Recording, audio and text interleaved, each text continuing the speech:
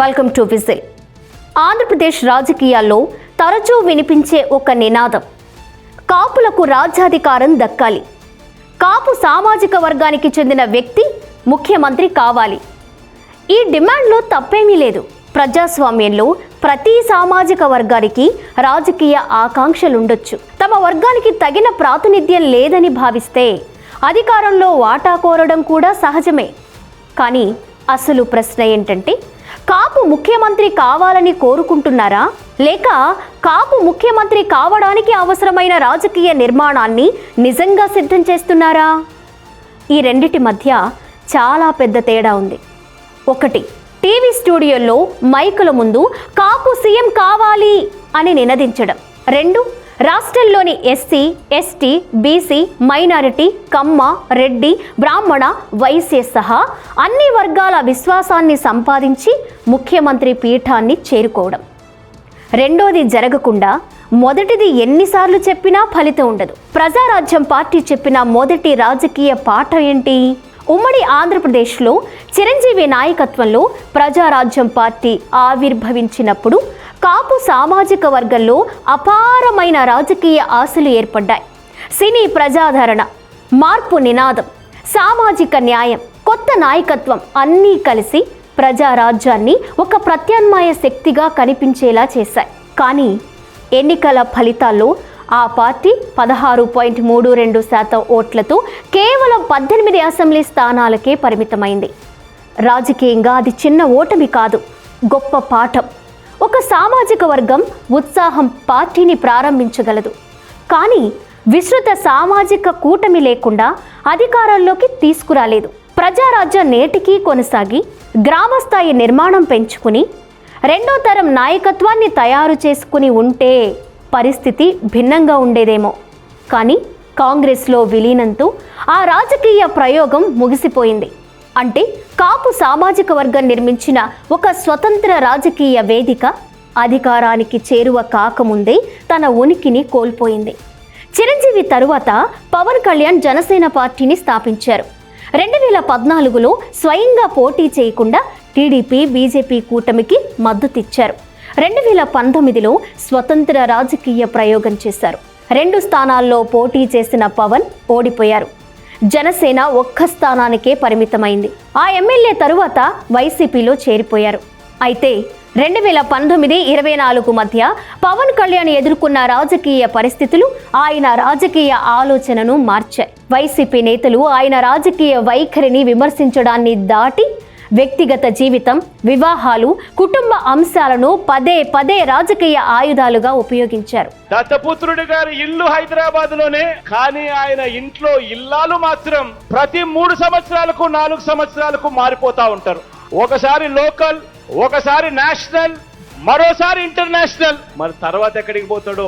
ఆడవాళ్ళన్నా, పెళ్లిళ్ళ వ్యవస్థ అన్నా ఈ పెద్ద మనిషికి ఉన్న గౌరవం ఏమిటి అన్నది ఆలోచన చేయమని చెప్పి మిమ్మల్ని అందరినీ కూడా కోరుతా ఉన్నా. ముఖ్యమంత్రి హోదాలో ఉన్న జగన్మోహన్ రెడ్డి సైతం పలు బహిరంగ సభల్లో, బడిపిల్లల సభల్లో పవన్ వ్యక్తిగత జీవితాన్ని ప్రస్తావించారు. నలుగురు పిల్లలు కొత్త కారును మార్చినట్టుగా పిల్లాన్ని మారుస్తారు. 4 ఏళ్లకు ఒకసారి, 5 ఏళ్లకు ఒకసారి పిల్లాన్ని మారుస్తారు. ఇలాంటి వాళ్ళు ఎన్నికలకు 6 నెలల ముందు బయటకు వచ్చి తానేదో సచ్చీనుడని ఇంకొకటని వీళ్ళు మాట్లాడటం. దీని ఫలితంగా ఒక అనూహ్య పరిణామం జరిగింది.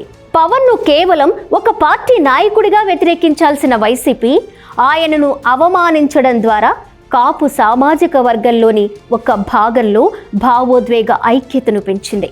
2024లో జనసేన ఎన్డీఏ కూటమిలో భాగమై పోటీ చేసిన 21 అసెంబ్లీ స్థానాలను గెలుచుకుంది. పవన్ ఉప ముఖ్యమంత్రి అయ్యారు. ఇది కాపు రాజకీయాల్లో ఒక ముఖ్యమైన మలుపు. కానీ ఉప ముఖ్యమంత్రి కావడం, ముఖ్యమంత్రి కావడం ఒకటి కాదు.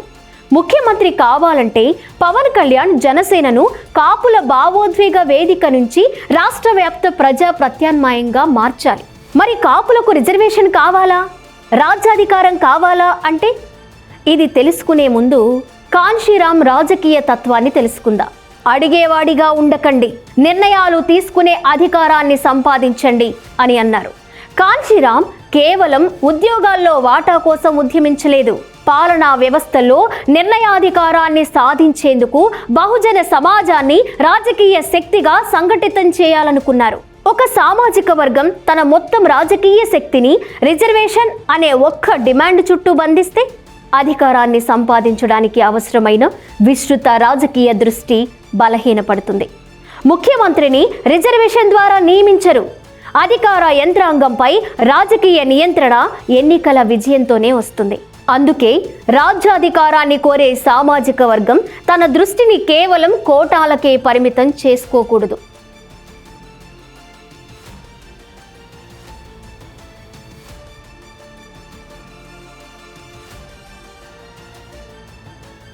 గతంలో ఆంధ్రప్రదేశ్ ప్రభుత్వం కాపులకు ప్రత్యేకంగా 5% రిజర్వేషన్ కల్పించే ప్రయత్నం చేసింది. 2019లో కేంద్రం ప్రవేశపెట్టిన 10% ఆర్థికంగా బలహీన వర్గాల ఈడబ్ల్యూఎస్ కోటాలో కాపులకు 5% ప్రత్యేకంగా కేటాయించాలని అప్పటి టీడీపీ ప్రభుత్వం నిర్ణయించింది. కానీ అది న్యాయపరంగా ఈడబ్ల్యూఎస్ నిబంధనలకు పూర్తిగా విరుద్ధం. అందుకే ఆ ప్రక్రియ నేటికీ అమలుకు నోచుకోలేదు. మేము అధికారంలోకి వస్తే వెంటనే కాపు రిజర్వేషన్ ఇస్తాం అని ఎవరైనా చెప్పినా అమలు మార్గాన్ని వివరించకుండా కేవలం హామీ ఇస్తే అది రాజకీయ నినాదంగానే మిగిలిపోతుంది. మరి ఉన్న 50% కోటాలో సర్దుబాటు చేస్తే ఏమవుతుంది? ఏ రాజకీయ పార్టీ ఆ సాహసం చేయలేదు. ఒకవేళ కాపులకు ప్రస్తుతం ఉన్న బీసీ కోటాలో భాగం కేటాయించాలనే వాదన వస్తే తీవ్రమైన సామాజిక ప్రతిచర్య వచ్చే అవకాశం ఉంది. ఎందుకంటే ఇప్పటికే బీసీ జాబితాలో ఉన్న వర్గాలు తమకు దక్కుతున్న పరిమిత అవకాశాలు మరింత తగ్గుతాయని భావిస్తాయి. అప్పుడు కాపు రిజర్వేషన్ ఉద్యమం కాస్త కాపులు వర్సెస్ బీసీలు అనే రాజకీయ ఘర్షణగా మారే ప్రమాదం ఉంటుంది. ఇది కాపుల రాజ్యాధికార లక్ష్యానికి అతిపెద్ద దెబ్బ అవుతుంది. ఎందుకంటే ఆంధ్రప్రదేశ్లో ఏ పార్టీ అయినా బీసీ ఓట్లను దూరం చేసుకుని ప్రభుత్వాన్ని ఏర్పాటు చేయడం అసాధ్యం. అందువల్ల కొత్తగా కాపు రిజర్వేషన్ ఉద్యమాన్ని నిర్మించే నాయకులు ముందుగా ఈ ప్రశ్నకు సమాధానం చెప్పాలి. బీసీల ప్రస్తుత వాటాను తగ్గించకుండా కాపులకు ఎలా న్యాయం చేస్తారు? రిజర్వేషన్ డిమాండ్ను బీసీ వ్యతిరేక ఉద్యమంగా మారకుండా ఎలా కాపాడుతారు? ఈ ప్రశ్నలకు సమాధానం లేకుండా ఉద్యమం ప్రారంభిస్తే భావోద్వేగం పెరుగుతుంది, కానీ రాజకీయ మిత్రులు తగ్గిపోతారు. ముద్రగడ పద్మనాభం కాపు రిజర్వేషన్ ఉద్యమానికి ఒక ప్రధాన ప్రతీకగా నిలిచారు. 2016 తుని సభ తరువాత జరిగిన రైలు దహనం, హింసాత్మక ఘటనలు ఉద్యమం లక్ష్యాన్ని పక్కకు నెట్టి శాంతి భద్రతల వివాదాన్ని ముందుకు తెచ్చాయి. తరువాత ముద్రగడ వైసీపీలో చేరడం, 2024 ఎన్నికల సందర్భంగా తన పేరు మార్చుకుంటానని ప్రకటించడం, ఆ ప్రకారం పద్మనాభరెడ్డిగా మార్చుకోవడం రాజకీయంగా విస్తృత చర్చకు దారితీసింది. ఆయన సంస్మరణ సభలో కాపు రిజర్వేషన్, కాపు నాయకత్వం, ముఖ్యమంత్రి పదవి వంటి అంశాలు మళ్లీ చర్చకొచ్చాయి. ముద్రగడకు నిజమైన నివాళి అంటే కేవలం రిజర్వేషన్ సాధిస్తాం అని సభల్లో ప్రకటించడం కాదు. గత ఉద్యమం ఎందుకు లక్ష్యాన్ని చేరుకోలేకపోయింది? సామాజిక కూటమిని ఎందుకు నిర్మించలేకపోయింది?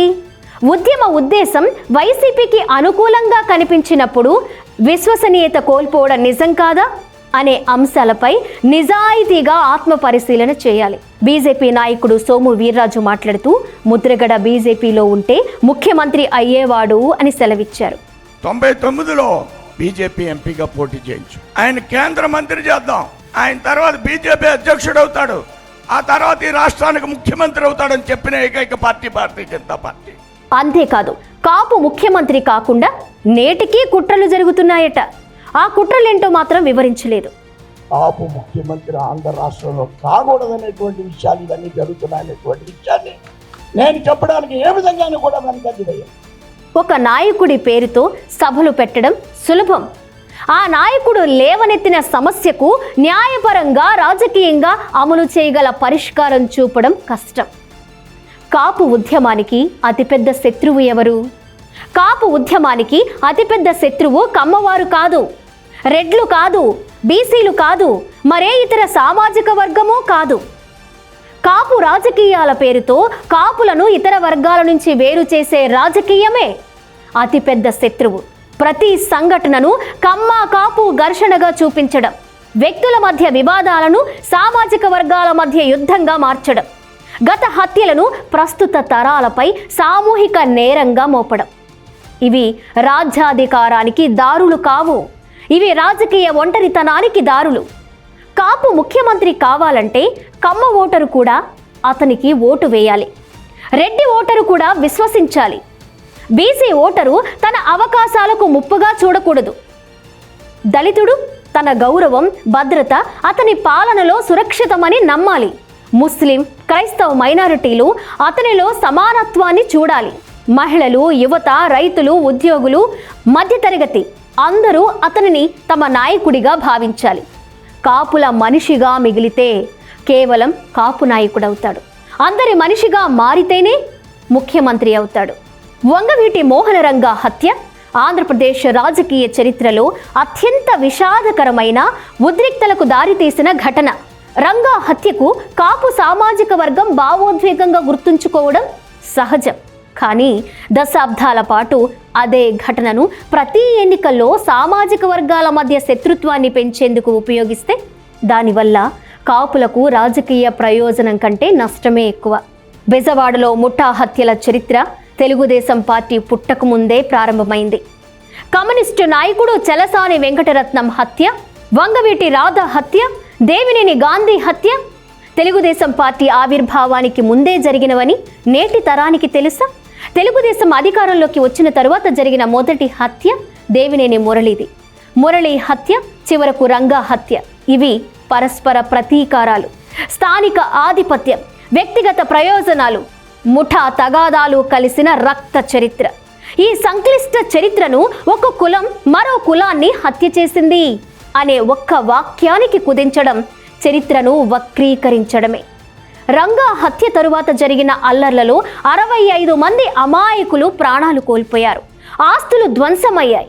అందువల్ల ఇక్కడ నిజమైన ప్రశ్న ఏంటంటే, రంగా పేరుతో ఇంకా ఎన్ని తరాలు రాజకీయంగా విడిపోవాలి?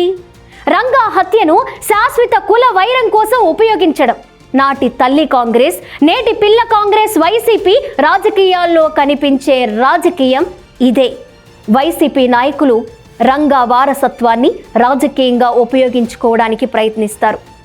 రంగా విషయంలో తీవ్ర వ్యాఖ్యలు చేసిన వ్యక్తులకు కూడా రాజకీయ పదవులు ఇచ్చిన సందర్భాలున్నాయి.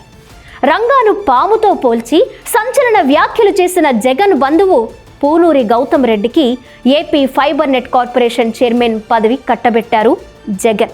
గౌతమ్ రెడ్డి కుమార్తెను విజయవాడ మేయర్ చేద్దామని జగన్ తలపోస్తే ఆమె కార్పొరేటర్గా ఓడిపోయి జగన్ని నిరాశపరిచింది. దేవినేని నెహ్రూ కుటుంబానికి చెందిన దేవినేని అవినాష్ను వైసీపీలో చేర్చుకోవడం, జగన్ ఆయనను తన తమ్ముడిగా అభివర్ణించడం, విజయవాడ రాజకీయాల్లో ప్రాధాన్యం ఇవ్వడం ఇందుకు ఉదాహరణ. ప్రస్తుతం దేవినేని అవినాష్ వైసీపీ ఎన్టీఆర్ జిల్లా అధ్యక్షుడిగా కొనసాగుతున్నారు. ఇక్కడ కాపు నాయకులు అడగాల్సిన ప్రశ్న, రంగా పేరు ఎన్నికల సమయంలో కాపు భావోద్వేగాన్ని నియంత్రించడానికి వాడుతున్నారా? ఒకవైపు రంగా హత్యను ప్రస్తావిస్తూ కాపు ఓట్లను కోరడం, మరోవైపు రాజకీయ అవసరాల కోసం ప్రత్యర్థి వర్గాల వారసులను చేర్చుకోవడం. ఇది సిద్ధాంతం కాదు, ఎన్నికల లెక్క. కాపు సామాజిక వర్గం ఈ ద్వంద్వ వైఖరిని ఎందుకు గుర్తించలేకపోతుంది? తమ భావోద్వేగం ఎవరి అధికారానికి ఇంధనంగా మారుతుందో ప్రశ్నించుకోవాలి.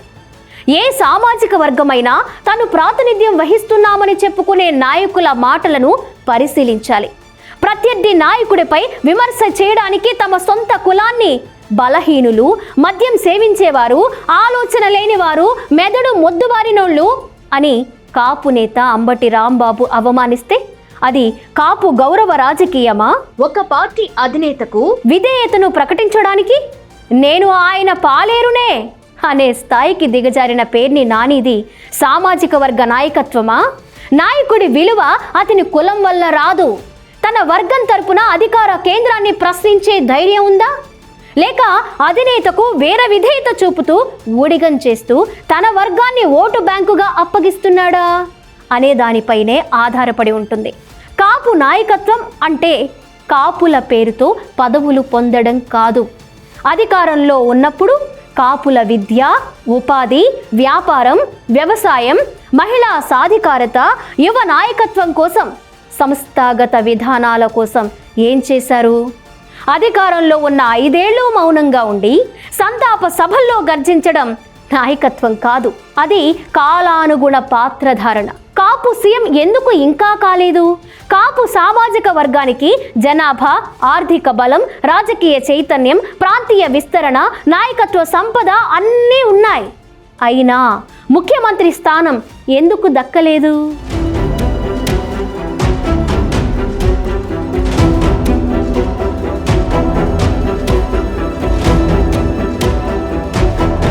దానికి ప్రధాన కారణాలు: 1, రాజకీయ విభజన.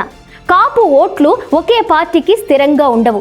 TDP, YCP, Janasena, Congress, BJP మధ్య ప్రాంతానుసారం విడిపోతాయి.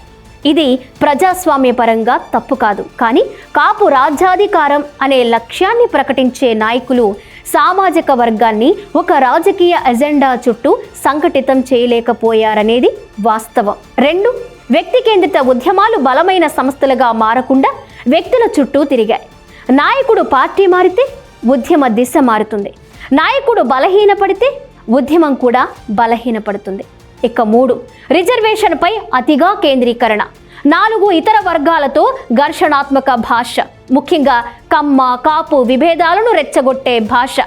బీసీల కోటాలో వాటా తీసుకుంటారనే భయం, ప్రాంతీయ ఆధిపత్య వివాదాలు.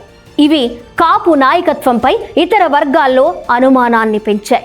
ఇక 5వది, 2వ స్థాయి నాయకత్వం లేకపోవడం. ముఖ్యమంత్రి అభ్యర్థి ఒక్కరుంటే సరిపోదు.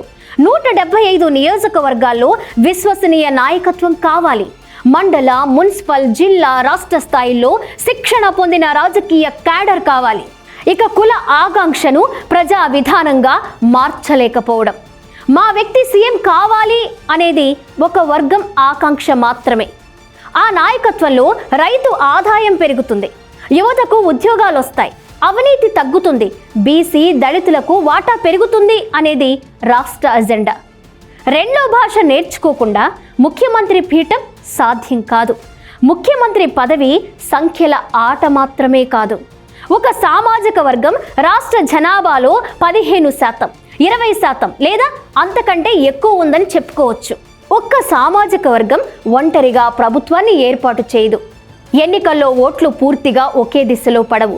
ప్రాంతం, అభ్యర్థి, పార్టీ, సంక్షేమం, నాయకత్వం, స్థానిక సమీకరణాలు, మహిళా ఓటు, యువత భావన అన్నీ ప్రభావితం చేస్తాయి. ముఖ్యమంత్రి కావడానికి ఒక పార్టీకి సాధారణంగా 40కి పైగా లేక అంతకంటే ఎక్కువ ప్రభావవంతమైన ఓటు సమీకరణ అవసరం కావచ్చు. అందువల్ల కాపు నాయకత్వానికి తన మూల సామాజిక వర్గం బలమైన పునాది కావచ్చు. కానీ మిగిలిన ఓట్లు ఎక్కడి నుంచి వస్తాయి? అదే రాజ్యాధికారానికి అసలు పరీక్ష. కాంగ్రెస్ ముఖ్యమంత్రులు కేవలం తమ కుల ఓట్లతో రాలేదు. ఎన్టీఆర్ కేవలం కమ్మ ఓట్లతో ముఖ్యమంత్రి కాలేదు. చంద్రబాబు కేవలం కమ్మ ఓట్లతో అధికారంలోకి రాలేదు. వైఎస్ రాజశేఖర రెడ్డి, జగన్ కేవలం రెడ్డి ఓట్లతో గెలవలేదు. కేసీఆర్ కేవలం వెలమ ఓట్లతో తెలంగాణ అధికారాన్ని సాధించలేదు. రేవంత్ రెడ్డి కూడా తన సామాజిక వర్గం ఓట్లతో మాత్రమే ముఖ్యమంత్రి కాలేదు. వారందరూ భిన్నమైన సామాజిక కూటములను నిర్మించారు. ఎన్టీఆర్ తెలుగు ఆత్మగౌరవాన్ని నిర్మించారు. వైఎస్ రైతు, పేద, క్రైస్తవ, మైనారిటీ, దళిత, రెడ్డి తదితర వర్గాలను సంక్షేమ రాజకీయంతో కలిపారు. కేసీఆర్ తెలంగాణ ప్రాంతీయ భావోద్వేగాన్ని కులాల కంటే పై స్థాయికి తీసుకెళ్లారు. జగన్ సంక్షేమ పథకాలు, మహిళా లబ్ధిదారులు, ఎస్సీ, ఎస్టీ, బీసీ, మైనారిటీ సమీకరణాల్ని నిర్మించారు. చంద్రబాబు అభివృద్ధి, పరిపాలన, కూటమి రాజకీయాలను ఉపయోగించారు. అంటే విజయవంతమైన ప్రతి నాయకుడు తన సొంత సామాజిక వర్గాన్ని పునాదిగా ఉపయోగించుకున్నా దానికే పరిమితం కాలేదు. పవన్ కళ్యాణ్ మాటల్లో ఉన్న అసలు రాజకీయ వ్యూహం ఏంటి? పవన్ కళ్యాణ్ ఇటీవల తనను కేవలం కాపు సామాజిక వర్గానికి పరిమితం చేయొద్దని, తాను రాష్ట్ర, దేశ ప్రయోజనాల కోసం రాజకీయాల్లోకి వచ్చానని చెప్పారు. వ్యక్తులు చేసిన నేరాలను మొత్తం సామాజిక వర్గానికి అంటగట్టడం సరికాదని, కులాల మధ్య చిచ్చు పెట్టే ప్రయత్నాలు జరుగుతున్నాయని కూడా వ్యాఖ్యానించారు. ఈ మాటలను కొందరు కాపు నాయకులు కులాన్ని ఉపయోగించుకుని ఇప్పుడు దూరం పెడుతున్నారు అంటూ విమర్శించారు. కానీ రాజకీయంగా పరిశీలిస్తే పవన్ చెప్పింది తప్పు కాదు. పవన్కు కాపు సామాజిక వర్గం ఒక ప్రధాన రాజకీయ ఆధారం కావచ్చు. దానిని ఆయన నిరాకరించలేదు. కానీ బహిరంగంగా తనను కాపుల నాయకుడిగానే నిర్వచించుకుంటే మిగిలిన సామాజిక వర్గాలు ఆయనను తమ ముఖ్యమంత్రి అభ్యర్థిగా ఎందుకు అంగీకరిస్తాయి? పవన్కు 2 మార్గాలున్నాయి. మొదటి మార్గం కాపు భావోద్వేగాన్ని మాత్రమే బలపరచడం. దీంతో కొన్ని ప్రాంతాల్లో స్థిరమైన ఓటు బ్యాంకు ఏర్పడొచ్చు. జనసేన 20 నుంచి 30 సీట్ల మధ్య ప్రభావం చూపే పార్టీగా ఎదగొచ్చు. కానీ స్వతంత్రంగా రాష్ట్ర అధికారాన్ని సాధించడం కష్టమవుతుంది. ఇక రెండో మార్గం కాపు సమాజాన్ని గౌరవిస్తూ బీసీలు, దళితులు, మత్స్యకారులు, రైతులు, యువత, మహిళలు, ఉద్యోగులు, పట్టణ మధ్యతరగతి సహా విస్తృత సామాజిక కూటమిని నిర్మించడం. ఈ మార్గమే పవన్ను ముఖ్యమంత్రి అభ్యర్థిగా మార్చగలదు. అందువల్ల నన్ను కాపులకు మాత్రమే పరిమితం చేయొద్దు అనే ఆయన మాట కాపులకు ద్రోహం కాదు. ఆ మాట నిజంగా అమలైతే కాపు నాయకుడు ముఖ్యమంత్రి కావడానికి అవసరమైన తొలి రాజకీయ అడుగు అదే అవుతుంది. పవన్ మాటలు సరైనవే అని చెప్పడం మాత్రమే సరిపోదు, ఆయన చేతల్లో కూడా నిరూపించాలి. జనసేనలో బీసీ నాయకులకు నిజమైన అధికార భాగస్వామ్యం ఇస్తారా? దళిత నాయకులను కేవలం సభ అలంకారంగా కాకుండా నిర్ణయాధికారంలోకి తీసుకొస్తారా? మహిళలకు గెలిచే స్థానాలు కేటాయిస్తారా?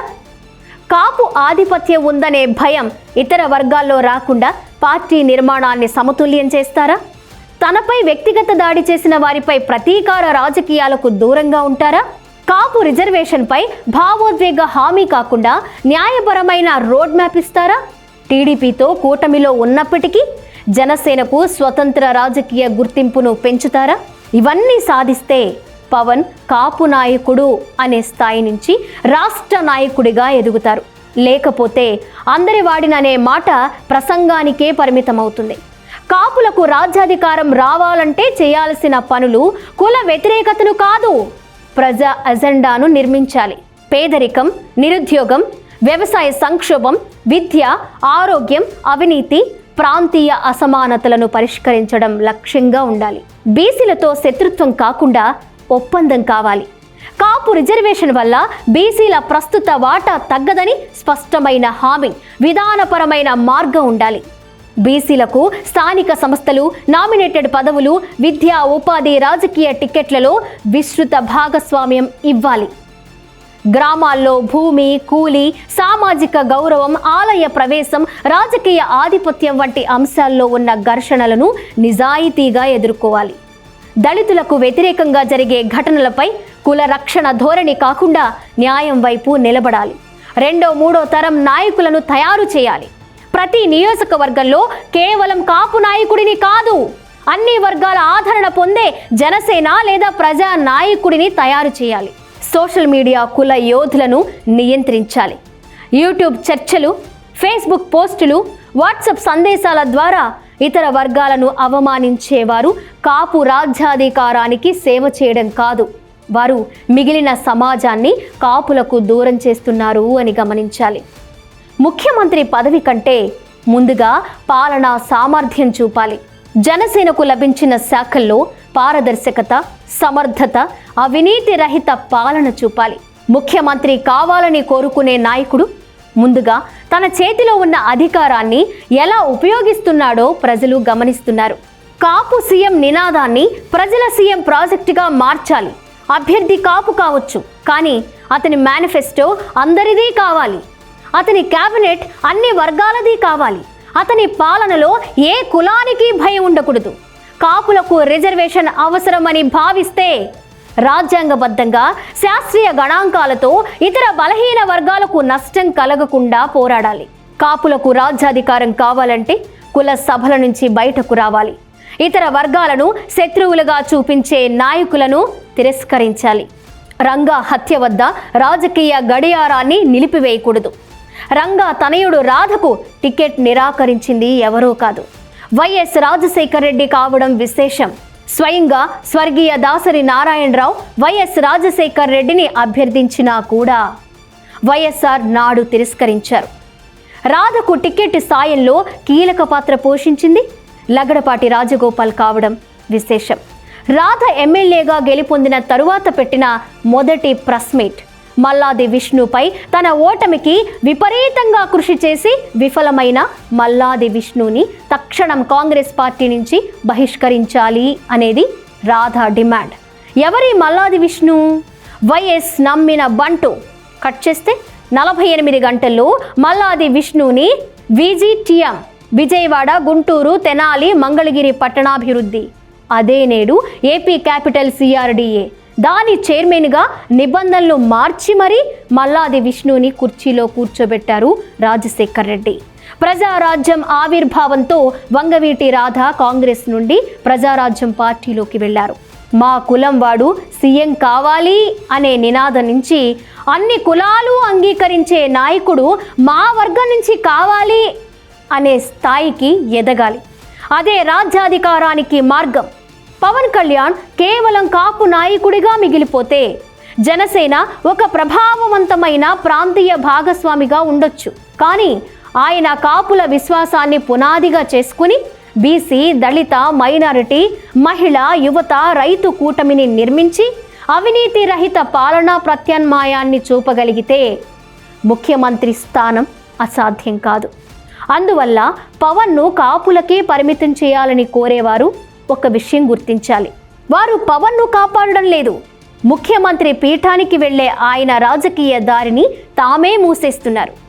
కాపు రాజ్యాధికారం అంటే ఇతర కులాలపై అధికారం కాదు, అన్ని కులాల విశ్వాసంతో అధికారంలోకి రావడం. ఈ రాజకీయ సత్యాన్ని అర్థం చేసుకోకపోతే రిజర్వేషన్ పేరుతో సభలు జరుగుతాయి, రంగా పేరుతో భావోద్వేగాలు రగులుతాయి, ఎన్నికల సమయంలో కాపు ఓట్లు చీలిపోతాయి, కాపు నాయకులు ఇతర పార్టీల్లో పదవులు పొందుతారు. కానీ కాపు సామాజిక వర్గానికి చెందిన వ్యక్తి ముఖ్యమంత్రి కావాలనే కల మాత్రం మళ్ళీ మళ్ళీ వాయిదా పడుతూనే ఉంటుంది.